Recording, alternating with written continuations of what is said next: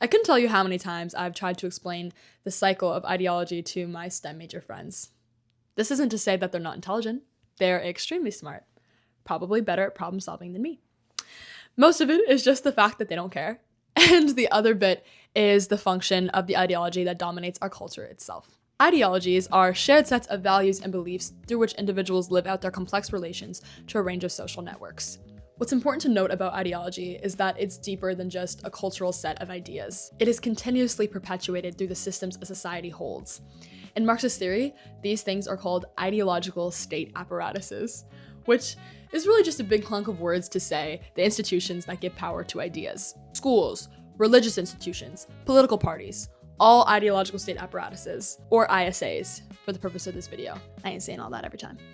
Capitalism perpetuates, insists upon itself through every action of our everyday. If you're from North America, you're born in capitalism, but we're taught to accept it through ISAs. School teaches you that all you have to do to work hard is succeed. Political parties villainize laziness with their campaigning and policies. Advertisers and corporations work hard to make you desire arbitrary luxuries. The first time I went to see The Long Walk, I saw it with one of my friends, one who I find myself in constant debate over our current economic systems. He believes that capitalism is a necessary evil. After viewing The Long Walk, well, it kind of spoke for me. In our discussions of the film afterwards, my friend was able to perfectly articulate all of the issues with how capitalism functions to make us miserable. He of course did it through the perspective of the characters, but he spoke about how they were indoctrinated. He verbalized their struggles and how it affected their attitudes and actions within this dystopian society. Still, he had an issue with the ending.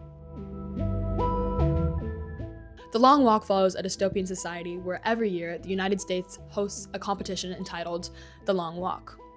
Who could have guessed? 50 boys line up at the starting line, north of Maine along the Canadian border, and they walk until there is only one person left.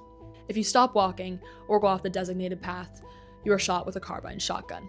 The winner of the Long Walk receives a large sum of money and any wish they choose. In this society, the USA is desolate. They're in a time of extreme financial struggle, and almost every boy who enlists for the Long Walk is in poverty himself, using the Long Walk as an attempt to lift themselves out of it. The walkers are followed by soldiers and tanks, waiting to shoot them if they stop walking or go below speed.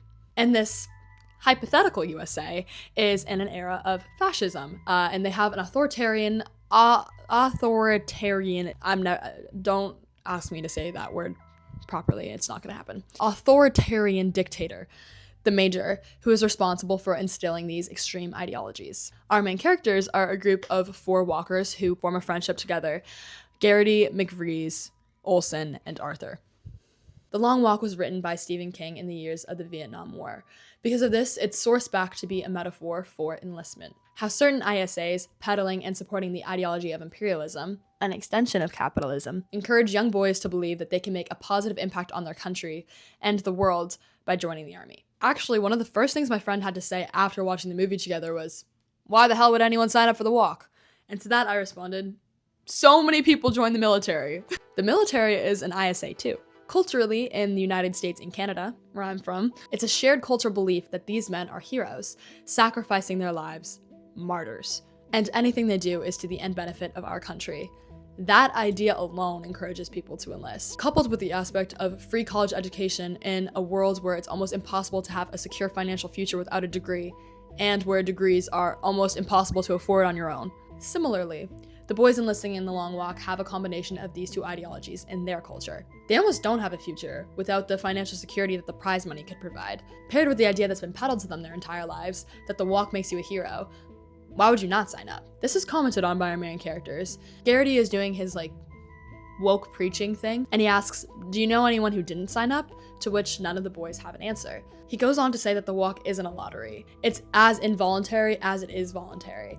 The walkers discuss what they're going to wish for if they win. This is a theme that ripples through both the movie and the book, as a sort of reminder as they get more emotionally and physically damaged as to why they need to keep going. The dangling of a carrot in front of their faces. It's not their lives that they're working for, but the prize. I didn't mean to rhyme there. In the book, Garrity never explicitly states what he's going to wish for, but this has changed for the film. He tells McVries and McVries only, that being who he's closest to among all of the boys, that if he wins, he's going to ask for the Major's carbine. With that, he will shoot and kill the Major. Garrity explains that he hopes this action will bring change, an end to fascism in their country, and an end to the Long Walk. McVrees spends a large chunk of time in major conflict with Garrity about this decision.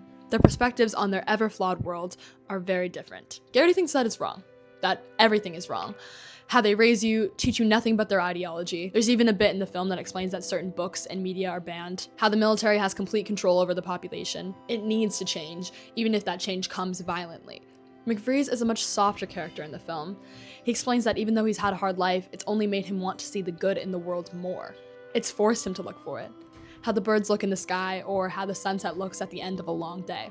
The film ends after a runtime of horrifyingly graphic and emotionally devastating deaths, with Garrity sacrificing himself for McVrees. He sits on the ground and stops walking. McVrees is the champion.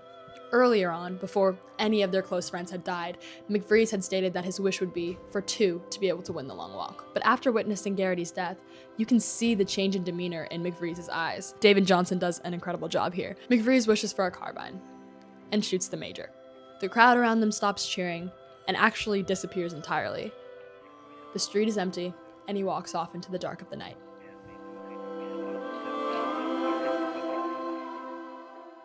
To say this pissed off my friend is an absolute understatement. And to be fair, with my first watch, it made me angry too. It felt too easy and so against McVrees' nature as a character. He'd spent the entire runtime rambling on about how good he thought the world could be and how unnecessary he thought violence was. But the more I thought about it, the more I realized that's exactly why he would do that. After my first watch, I couldn't stop thinking about the movie. The entire thing, but especially the ending.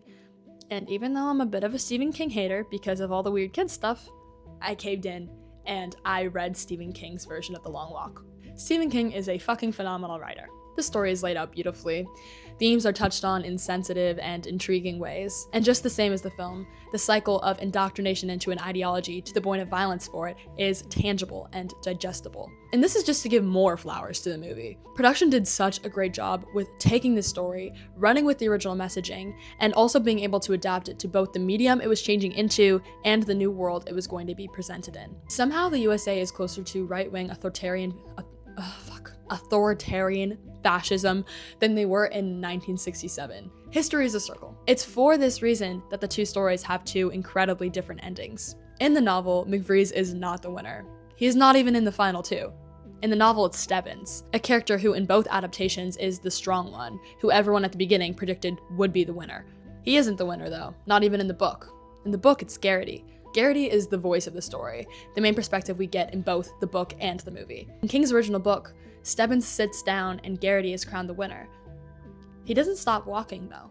He sees a figure in the distance and walks towards that. Garrity stepped aside. He was not alone.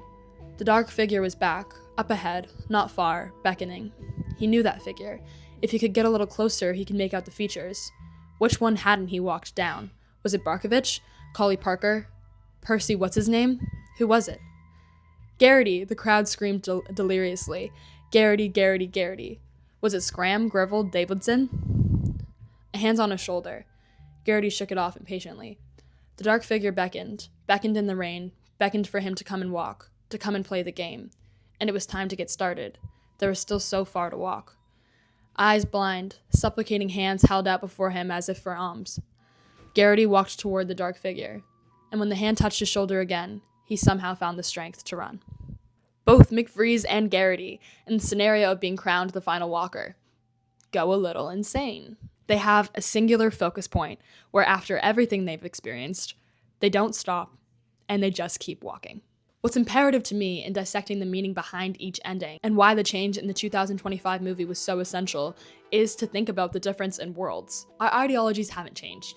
Capitalism still dominates our culture. Working and providing fruitfulness for the economy is all still highly valued and creates the perception of a good member of society. Anything that contradicts that is the enemy. The Vietnam War was an extension of the Cold War with the Soviet Union and an effort to fight against an emerging communist leadership in Vietnam. You can argue that communism in any form is bad, especially what was happening in Cambodia and was making its way into Vietnam. But I ask this. There are thousands of awful, life-ending events happening around the world all the time. What made the USA decide that this was their event to intervene? It is in the USA's best interest and in capitalism's best interest to squander any non-capitalism. People at the time were aware of how unnecessary this war was. Thousands of young men's lives were being lost over a fight that did not need to happen. In addition to the fact that it was just unfair because rich people and people in power were able to get their sons out of the draft. The original Long Walk was a commentary on this. Why have 100 men walk for 99 of them to die, just for one of them to get an arbitrary prize that is not worth a life? It looked at the pointlessness of it. The original ending reflected that. Garrity at that point doesn't even care to stop walking. He doesn't even realize he can. The prize doesn't matter. The Long Walk of 2025 doesn't just need to regurgitate the messaging of the walkers of 1967. There are new demons to fight. Instead of being a message on the pointlessness of war, the adaptation focuses more on how ideologies function to perpetuate violence. It's not just about the pointlessness of it all, but how we have all come to accept it. We see the hyper-masculinization the boys idolize and emulate, the Major's deep voice and dooming demeanor, the emphasis on their strength and courage. The towns they walk through are wrecked with poverty, deteriorating buildings and roads, empty storefronts. Then there is the addition of Garrity's father. This plotline is inexistent in the novel, but in the movie we get a flashback to the night Garrity's father was taken by the government, and the Major himself shoots him for having contraband books, media materials, and teaching illegal ideas. This is an obvious fascist tie-in. The thing about ISAs is, yes, you can teach and uphold ideologies through them, but by taking ISAs away, you can also effectively make an ideology cease to exist. Take away books, schooling, even music about a democratic society, and it virtually becomes impossible to recreate it. For this very reason, with an emphasis on how power is upheld, McFreeze needed to ask for the carbine at the end of the movie. What else would we have otherwise? In the novel, Garrity walking away with every piece and fragment of trauma he had experienced makes the connection to soldiers more poignant. The feeling of every death he had just experienced lingers. He names them, and you know he'll never be the same person for it. The figure he walks towards could be a metaphor for a host of things. Death itself, his grim future, either way is all the same. In the movie, McFreeze killing the Major is shocking and heartbreaking, but almost inevitable. We see the last piece of innocence stripped away from him. The last thing the walk could have taken. Yes, he has so much love and compassion and optimism within him, but what could break a person more than seeing a person they love shot in the back of the head? Inaction at that point would be an unsatisfactory conclusion. He could go to claim the prize, but what does his life become afterwards? I interpret the ending, the crowd disappearing and McFreeze walking off into an empty distance, as McFreeze dying, being shot and killed after shooting the Major. Ultimately, the slaughtering of the Major could be pointless. Another authoritarian puppet head would just take his place, and this hypothetical USA would carry on as normal. 50 more walkers next year. But there's a possibility, albeit very, very slim, that that's not true. That just like Garrity had hoped, this action enacted change. Ultimately, where the novel gives you a conclusion, meant to make you feel hopeless and betrayed, the movie gives you an option. More so, it asks you a question. Is violence a necessary evil to an era of peace and to establish a new ideology? That's all for today. Thank you for joining me in today's book club / movie club. I don't know what I'm calling this. And I hope you join me again on a later day. I'm Alexis. Maybe see you next time.